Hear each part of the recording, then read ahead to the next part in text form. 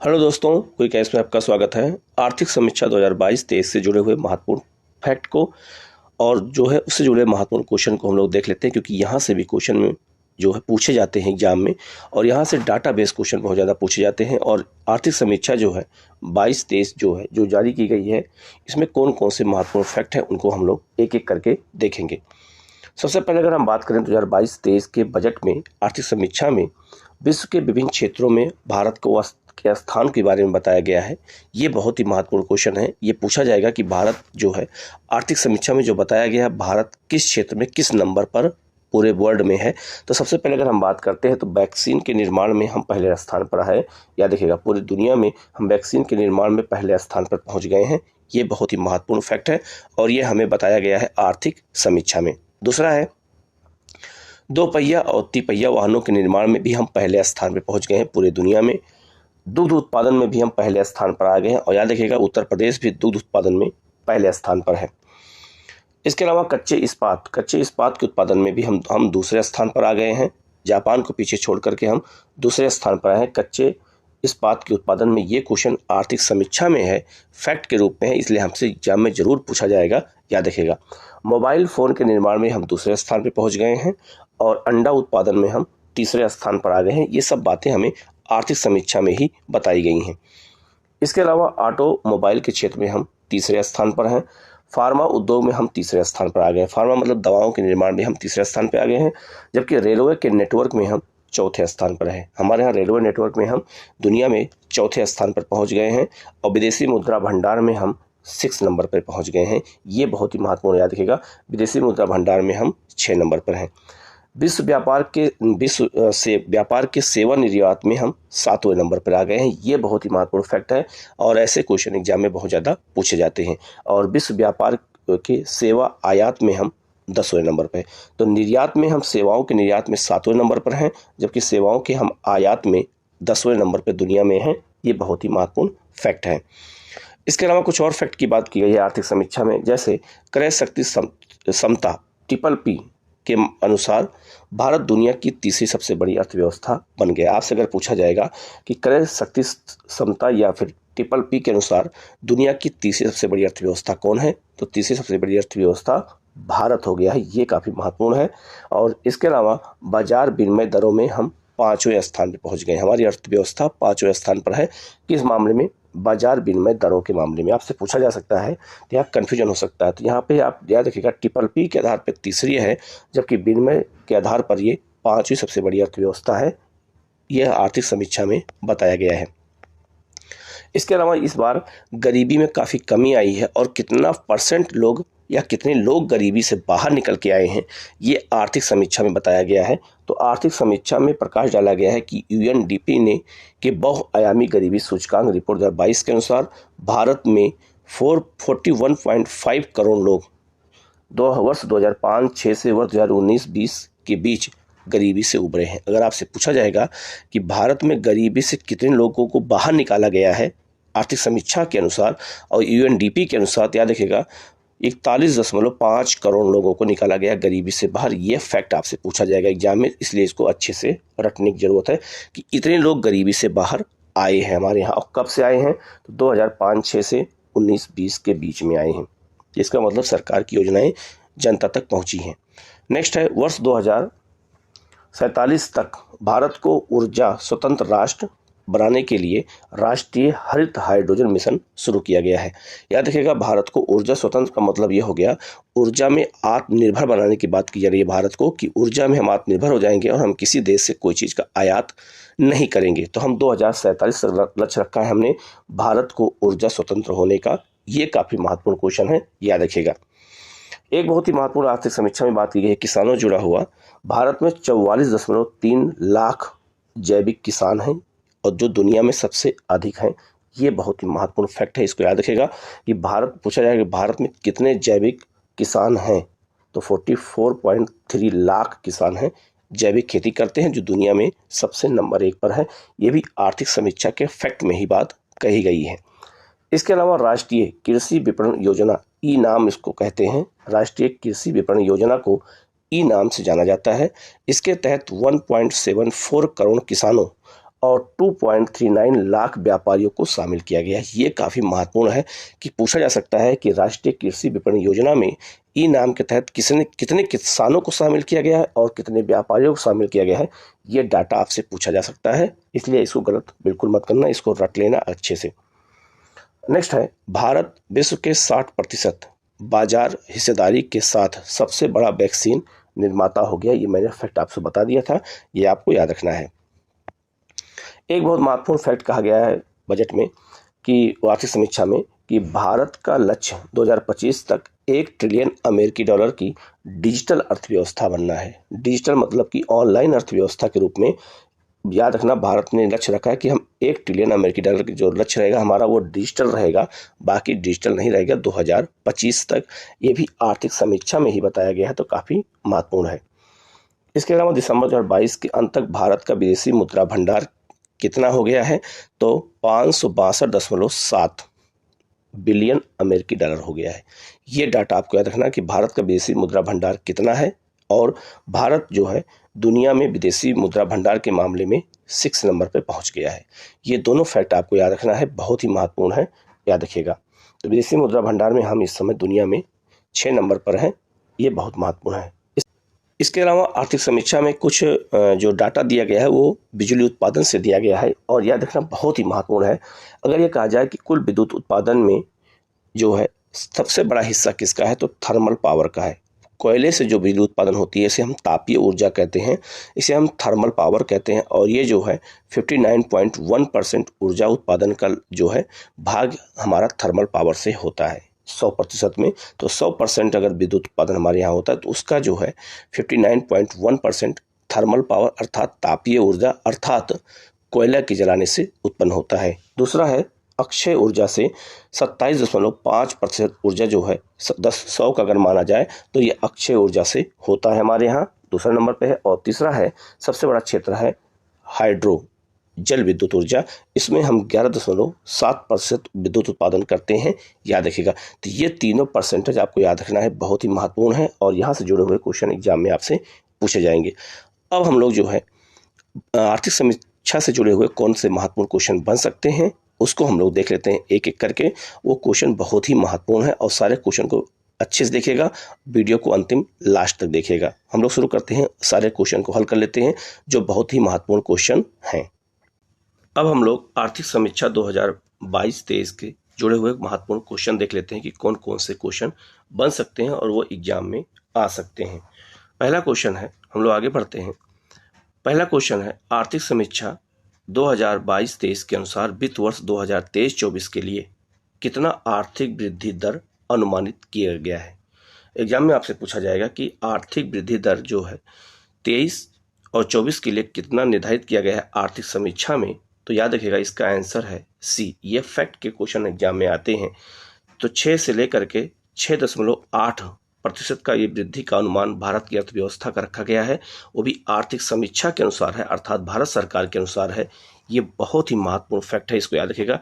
यही क्वेश्चन, ऐसे ही question exam में आते हैं, याद रखिएगा। तो हमसे वो गलत हो जाते हैं क्योंकि हम वो डाटाबेस क्वेश्चन होते हैं, इसलिए इनको बिल्कुल अच्छे से एक एक करके रट लेना है एकदम, ठीक है। तो याद रखिएगा 6 से लेकर के 6.8% भारत की ग्रोथ रेट इकोनॉमिक सर्वे में बताया गया है। ये बहुत ही महत्वपूर्ण पॉइंट है ये। नेक्स्ट क्वेश्चन है, आर्थिक समीक्षा के अनुसार वो वित्त वर्ष 2022-23 के लिए कितना प्रतिशत राजकोषीय घाटा का अनुमान लगाया गया है। हमेशा याद रखिएगा, राजकोषीय घाटा हमेशा पूछा जाता है कि आर्थिक समीक्षा के अनुसार राजकोषीय घाटा कितना अनुमान लगाया गया है। तो 6.4% राजकोषीय घाटे का अनुमान लगाया गया है। ये काफ़ी महत्वपूर्ण फैक्ट है, इसको भी आपको याद रखना है। इसके बाद आगे बढ़ते हैं हम लोग तीसरे क्वेश्चन की ओर। आर्थिक समीक्षा के आधार पर भारत का क्रय शक्ति क्षमता पीपीपी के अनुसार दुनिया की कौन सी बड़ी अर्थव्यवस्था बन गया है। मैंने इसका फैक्ट आपको बताया था। तो भारत इस समय तीसरी बड़ी अर्थव्यवस्था बन गया है PPP के आधार पर। यह बहुत ही महत्वपूर्ण क्वेश्चन बन सकता है एग्जाम के पॉइंट व्यू से। नेक्स्ट क्वेश्चन है, आर्थिक समीक्षा 2022-23 के को कुल कितने अध्यायों में बांटा गया है। आर्थिक समीक्षा जो है उसको कितने अध्याय में बांटा गया है। एक बार दो बार एक क्वेश्चन ये भी पूछा जा चुका है। तो 12 अध्याय में बांटा गया है। ये भी क्वेश्चन आया हुआ है ऐसे पिछली बार, तो इसीलिए मैंने इसको जानबूझ के दिया कि इससे ये क्वेश्चन अगर आए तो गलत भी ना होने पाए, हमें भी ये पता हो। ठीक है, तो याद रखिएगा 12 अध्याय में बांटा गया है। लेसन 12 लेसन में आर्थिक समीक्षा बटा हुआ है। नेक्स्ट है, आर्थिक समीक्षा के अनुसार सरकार ने घरेलू आपूर्ति को सुनिश्चित करने के लिए और महंगाई को रोकने के लिए कौन सी रणनीति अपनाई। आपसे पूछा जाएगा कि आर्थिक समीक्षा में सरकार महंगाई को रोकने के लिए कौन सी रणनीति अपना रही है, तो याद रखिएगा इसमें इसका आंसर हो जाएगा डी, सारा है। पहला है, कपास पर सीमा शुल्क माफ कर दिया गया है, गेहूं के निर्यात पर रोक लगा दी गई है, प्रमुख कच्चा माल फेरोनील, निकल और कोकिंग कोल आदि पर शुल्क को घटा करके शून्य कर दिया गया है। तो ये सब काम किया गया है किसके लिए? महंगाई को रोकने के लिए। ये क्वेश्चन आपसे एग्जाम में पूछा जाएगा। नेक्स्ट क्वेश्चन है, वर्ष 2023 से 2027 तक कितने पीएम श्री स्कूलों का निर्माण किया जाएगा? पीएम श्री स्कूलों का निर्माण करने की बात की जा रही है, जो पर्यावरण अनुकूल स्कूल बनेंगे, और वो 27 तक कितने स्कूल बनाने का लक्ष्य रखा गया। ये फैक्ट बहुत ही महत्वपूर्ण है और इसका है 14,500 श्री स्कूलों का निर्माण किया जाएगा। पीएम श्री स्कूलों का निर्माण होगा। याद रखिएगा 2023 से 2027 के बीच में। ये काफी फैक्ट का क्वेश्चन है, आपको इसको याद रखना है। नेक्स्ट है, भारत ने गैर जीवाश्म ईंधनों से 40% अधिष्ठित बिजली क्षमता का, मतलब इसका मतलब ये हो गया तापीय विद्युत का, 2030 से पहले ही पूरा कर लिया। अब इसे बढ़ाकर कितना किया गया है? तो सरकार ने लक्ष्य रखा है 50% ये लक्ष्य रखा गया है कि जीवाश्म ईंधनों से जो है विद्युत को कम करके गैर जीवाश्म ईंधनों से हम बढ़ाएंगे कितना परसेंट? 50% 2030 तक। ये भी काफी महत्वपूर्ण पॉइंट है, याद रखिएगा। ये सब बातें आर्थिक समीक्षा में ही कही गई हैं। आगे बढ़ते हम लोग। अर्थव्यवस्था में कार्बन तीव्रता को कम करने को ध्यान में रखते हुए सावरेन ग्रीन बॉन्ड नवंबर 2022 में जारी किया गया। इसे किस केंद्रीय बजट में लाने की घोषणा की गई है? याद रखिएगा ये जो सावरेन ग्रीन बॉन्ड है उसको किस जो है केंद्रीय बजट में लाने की घोषणा की गई है। ये काफी महत्वपूर्ण है और यह है 2022-23 में। याद रखिएगा ये भी काफी महत्वपूर्ण है, आर्थिक समीक्षा में इसकी बात कही गई थी। नेक्स्ट क्वेश्चन है, प्रथम अग्रिम अनुमान के अनुसार कितना मिलियन टन कुल खाद्यान्न का उत्पादन किया गया? ये काफी महत्वपूर्ण है, याद रखिएगा। ये क्वेश्चन 100% आ सकता है। ये हमेशा पूछता है कि खाद्यान्न का कितना परसेंटेज जो है उत्पादन किया जा सकता है, तो इसका आंसर है सी, 315.7 मिलियन टन ये अनुमान लगाया गया है खाद्यान्न उत्पादन का। ये काफी महत्वपूर्ण क्वेश्चन है, याद रखिएगा। ऐसे ही क्वेश्चन डाटाबेस एग्जाम में पूछे जाते हैं। नेक्स्ट क्वेश्चन है, वित्त वर्ष 2021-22 में कृषि और संबंध क्षेत्र में कुल कितना प्रतिशत वृद्धि हुई है? कुल मिला के कहना है कि अर्थव्यवस्था के प्राथमिक जो क्षेत्र है उसमें कितने प्रतिशत की वृद्धि तय हो गई है, मतलब अनुमान लगाया गया वृद्धि हुई है, उसका जो परसेंटेज है वो है क्या 3%। तो कृषि और संबंध क्षेत्र अर्थात अर्थव्यवस्था के प्राथमिक क्षेत्र में 3% वृद्धि हुई है। ये काफी महत्वपूर्ण है और याद रखिएगा ये वृद्धि एक तरफ से देखा जाए तो बिल्कुल कम है, क्योंकि कृषि क्षेत्र में वृद्धि अगर नहीं होगी तो भारतीय अर्थव्यवस्था में समस्याएं और ज़्यादा क्रिएट हो जाएंगी। नेक्स्ट है, आर्थिक समीक्षा 2022-23 के अनुसार भारत विश्व का सबसे बड़ा मोबाइल निर्माता बन गया है। कौन सा? तो याद रखिएगा ये मैंने बताया था, दूसरा मोबाइल निर्माता जो है विश्व में दूसरा भारत बना है। ये भी आर्थिक समीक्षा में बताया गया है। नेक्स्ट क्वेश्चन है, आर्थिक समीक्षा के अनुसार सबसे ज्यादा जैविक किसान किस देश में हैं? याद रखिएगा सबसे ज्यादा जैविक किसान कहां पर हैं? तो ये भारत में है। याद रखिएगा ये भी मैंने आपको फैक्ट के रूप में बताया था। तो याद रखिएगा सबसे ज्यादा जैविक किसान कहां हैं? तो भारत में है। नेक्स्ट क्वेश्चन है, आर्थिक समीक्षा के अनुसार भारत में वन और वृक्षों के आवरण का कार्बन स्टॉक सबसे अधिक किस राज्य में है? ये बहुत ही महत्वपूर्ण, याद रखिएगा सबसे अधिक कार्बन का स्टॉक इस समय वर्तमान में किस राज्य में है? ये बहुत ही महत्वपूर्ण है और इसका आंसर है अरुणाचल प्रदेश में सबसे ज्यादा कार्बन स्टॉक का इसमें भंडार है और ये बहुत ही महत्वपूर्ण, ये भी आर्थिक समीक्षा में बताया गया है। तो ये क्वेश्चन आ सकता है 100%। नेक्स्ट क्वेश्चन है, आर्थिक समीक्षा के अनुसार दिसंबर 2022 के अंत तक भारत के पास कितना विदेशी मुद्रा भंडार था? ये मैंने अभी आपको फैक्ट के रूप में बताया था। तो भारत के पास इस विदेशी मुद्रा भंडार कितना है? 562.7 बिलियन डॉलर। ये भारत का इसमें विदेशी मुद्रा भंडार है और विदेशी मुद्रा भंडार में इस समय हम 6 नंबर पर हैं। ये भी हमें याद रखना है। नेक्स्ट क्वेश्चन है, आर्थिक समीक्षा के अनुसार भारत दुनिया का सबसे बड़ा विदेशी मुद्रा भंडारक देश है, तो किस नंबर पर है? तो याद रखिएगा दुनिया का सबसे बड़ा जो है विदेशी मुद्रा भंडार में हम किस नंबर पे आते हैं? 6 नंबर पे आते हैं।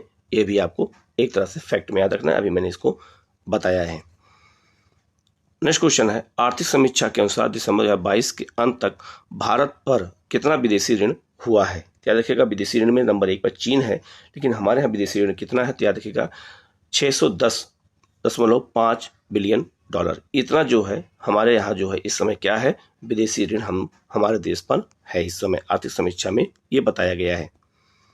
नेक्स्ट है, कुल विद्युत उत्पादन में द्वितीय सबसे बड़ा हिस्सा अक्षय ऊर्जा का है। आर्थिक समीक्षा के अनुसार ये कितना % है? अभी मैंने आपको बताया था। तो अक्षय ऊर्जा का प्रतिशत कितना है हमारे कुल विद्युत उत्पादन में? ये फैक्ट के रूप में आपसे क्वेश्चन 100% पूछा जाएगा, और ये है 27.5% अक्षय ऊर्जा से हमारे यहाँ विद्युत उत्पादन हो रहा है 100% में। नेक्स्ट क्वेश्चन है, आर्थिक समीक्षा के अनुसार भारत में कुल टेली घनत्व कितना है? टेली घनत्व मतलब हो गया कि टेलीफोन का घनत्व कितना है हमारे यहाँ। अगर देखा जाए तो 84.8% इस समय टेली घनत्व है हमारे देश में, काफ़ी ज़्यादा बढ़ चुका है। नेक्स्ट क्वेश्चन है, भारतीय रेलवे विश्व का सबसे बड़ा नेटवर्क है, कौन सा नंबर पे आता है? तो हमारे यहाँ नेटवर्क के मामले अगर देखा जाए तो हम अब चौथे नंबर पर आ गए हैं। ये बहुत ही महत्वपूर्ण पॉइंट है। इस सब बातें आर्थिक समीक्षा में कही गई हैं। नेक्स्ट है, निम्नलिखित में से कौन सा कथन सत्य है? पहला है, वैक्सीन निर्माण में भारत का प्रथम स्थान है, बिल्कुल सही। कच्चा इस्पात उत्पादन में हम दूसरे स्थान पर हैं, बिल्कुल सही। ऑटोमोबाइल में देश में हम तीसरे स्थान पर हैं, बिल्कुल सही। इसका आंसर हो जाएगा डी। तो याद रखिएगा ऐसे फैक्ट के जुड़े हुए क्वेश्चन को ऐसे लाइन में बना के भी क्वेश्चन आपको एग्जाम में देखने को मिलता है और दिया जा सकता है, तो इसलिए हमें बिल्कुल हर तरह से तैयार रहना है, याद रखिएगा। नेक्स्ट है, विश्व बैंक के अनुसार वर्ष 2022 में विश्व में शीर्ष धन प्रेषण प्राप्तकर्ता देश कौन रहा है? तो मतलब इसका मतलब ये हुआ कि विदेशों से सबसे अधिक पैसा किस देश को मिला है, लोगों ने भेजा है? तो भारत को। भारत के लोग बहुत दुनिया में अलग अलग देशों में काम करते हैं, वहाँ से लोग पैसा भेजते हैं, वो पैसा भारत में आता है। इसमें नंबर 1 पर है भारत और नंबर 2 पर है मैक्सिको, ये भी आपको याद रखना है। तो भारत जो है विदेशों से पैसा भारत में सबसे ज़्यादा लोग कमा के भेजते हैं। नेक्स्ट है, आर्थिक समीक्षा के अनुसार अप्रैल से सितंबर 2022 तक भारत में FDI टॉप 3 निवेशक देश कौन से हैं? सबसे ज़्यादा FDI भारत में जो आया है, तो टॉप देश कौन से हैं जहां से FDI सबसे ज़्यादा आया है? तो इसका आंसर है ए, सबसे ज़्यादा सिंगापुर से, फिर मॉरिशस से, फिर UAE से आया है। ये काफ़ी महत्वपूर्ण है, याद रखिएगा। अगर एग्जाम में आपसे पूछा जाए सबसे ज़्यादा FDI भारत में कहाँ से आया है, तो सबसे ज़्यादा आया है सिंगापुर से, फिर मॉरिशस से और फिर UAE से आया है। ये बहुत ही महत्वपूर्ण पॉइंट है, याद रखिएगा। नेक्स्ट क्वेश्चन है, वित्तीय वर्ष 2022-23 में सबसे ज़्यादा FDI किस क्षेत्र में आया है? ये भी बहुत ही महत्वपूर्ण है। सबसे ज़्यादा FDI अगर पूछा जाए किस क्षेत्र में आया है, तो कंप्यूटर सॉफ्टवेयर और हार्डवेयर के क्षेत्र में सबसे ज़्यादा हमारे देश में FDI का पैसा आया है। ये भी बहुत ही महत्वपूर्ण है, याद रखिएगा। ऐसे ही क्वेश्चन आपसे पूछे जा सकते हैं। नेक्स्ट है, आर्थिक समीक्षा के अनुसार वित्त वर्ष 2022-23 में कितना प्रतिशत GDP में वृद्धि का अनुमान लगाया गया है? मैंने आपसे बताया था। तो वृद्धि में GDP में वृद्धि का जो अनुमान लगाया गया है वो कितना % लगाया है? तो 7%। 7% का अनुमान लगाया गया है कि हमारे यहाँ GDP में वृद्धि होगी, वो भी आर्थिक समीक्षा के अनुसार। ये काफ़ी महत्वपूर्ण फैक्ट है और ये क्वेश्चन 100% एग्जाम में आ सकता है। सारे क्वेश्चन बहुत ही महत्वपूर्ण, याद रखिएगा। कोई भी क्वेश्चन ऐसा नहीं है जो मैंने मतलब कि ऐसा क्वेश्चन दिया जो इंपॉर्टेंट ना हो। सारे के सारे क्वेश्चन इंपॉर्टेंट है, इसलिए आप लोग पूरा वीडियो को अच्छे से देखिएगा, सारे क्वेश्चन को बिल्कुल रट लीजिएगा। नेक्स्ट क्वेश्चन है, आर्थिक समीक्षा के अनुसार जैविक खेती अपनाने वाला दुनिया का पहला देश कौन सा है?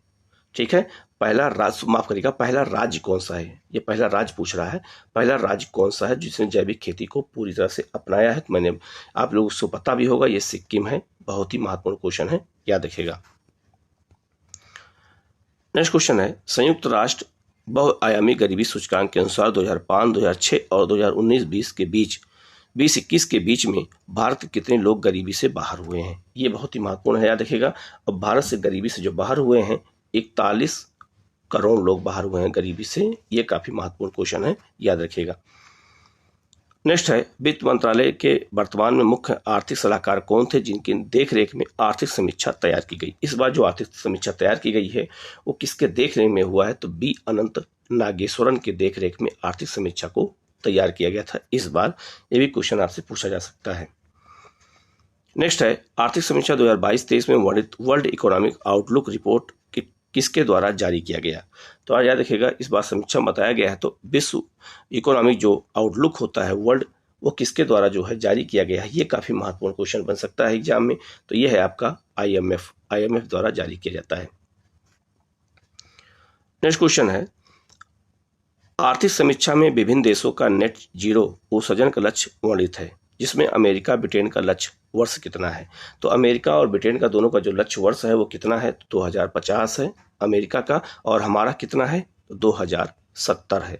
हम 2070 तक जो है नेट जीरो के लक्ष्य को प्राप्त करेंगे, जबकि अमेरिका और ब्रिटेन 2050 में लक्ष्य को प्राप्त करने का लक्ष्य रखा है।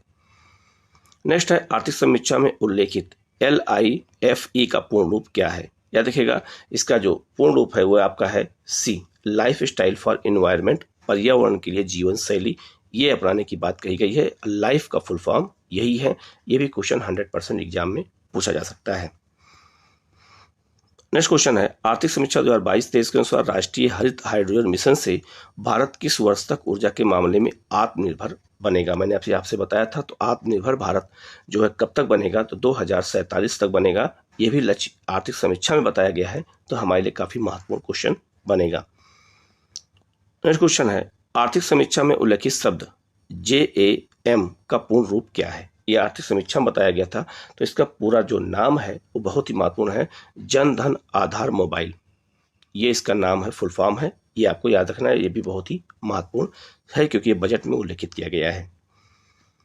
नेक्स्ट क्वेश्चन है वर्ष 2022-23 में स्वास्थ्य के क्षेत्र में बजट में कितना GDP का पैसा खर्च किया जाएगा। तो याद रखिएगा, स्वास्थ्य के क्षेत्र में GDP का कितना पैसा खर्च होगा, ये भी आर्थिक समीक्षा में बताया गया है। और याद रखिएगा 2.1, इतना ही पैसा हम 100% में 100 रुपये में से केवल 2.1% पैसा ही खर्च करेंगे किस पर, स्वास्थ्य के क्षेत्र में, जो काफी कम है। ये डाटा भी आपसे एग्जाम में पूछा जा सकता है। नेक्स्ट है आर्थिक समीक्षा के अनुसार जुलाई 2021 में कौन सा नया मंत्रालय सहकार से समृद्धि विजन को साकार करने के लिए बनाया गया है। तो याद रखिएगा, आर्थिक समीक्षा में बताया गया है और हम 2021 में हमने एक नया मंत्रालय बनाया था, सहकारिता मंत्रालय, और इसके पहले मंत्री हैं अमित शाह। ये भी क्वेश्चन याद रखना, काफी महत्वपूर्ण क्वेश्चन है ये। और नेक्स्ट क्वेश्चन है आर्थिक समीक्षा के अनुसार 2015 से 2021 के दौरान ग्रामीण इंटरनेट उपभोक्ताओं की संख्या में कितने प्रतिशत की वृद्धि दर्ज की गई है। तो याद रखिएगा, आर्थिक समीक्षा में बताया गया कि ग्रामीण क्षेत्रों में कितना % लोग जो है नेट का यूज कर रहे हैं, तो 200%। ये काफी महत्वपूर्ण है, ये काफी डाटा बहुत महत्वपूर्ण है। गांव में तेजी से इंटरनेट का विकास हो रहा है, ये अपने आप में बहुत ही महत्वपूर्ण क्वेश्चन बनेगा। तो एक महत्वपूर्ण 35 क्वेश्चन जो आर्थिक समीक्षा से बन सकते हैं, जहां से क्वेश्चन आने की संभावना थी, मैंने आपको बता दिया है। वीडियो कैसा लगा कमेंट करके जरूर बताइएगा। चैनल को सब्सक्राइब कर लीजिएगा, बेल आइकन को जरूर प्रेस कर लीजिएगा, जिससे इस तरह की क्लास आपको लगातार मिलती रहे। Okay, thank you.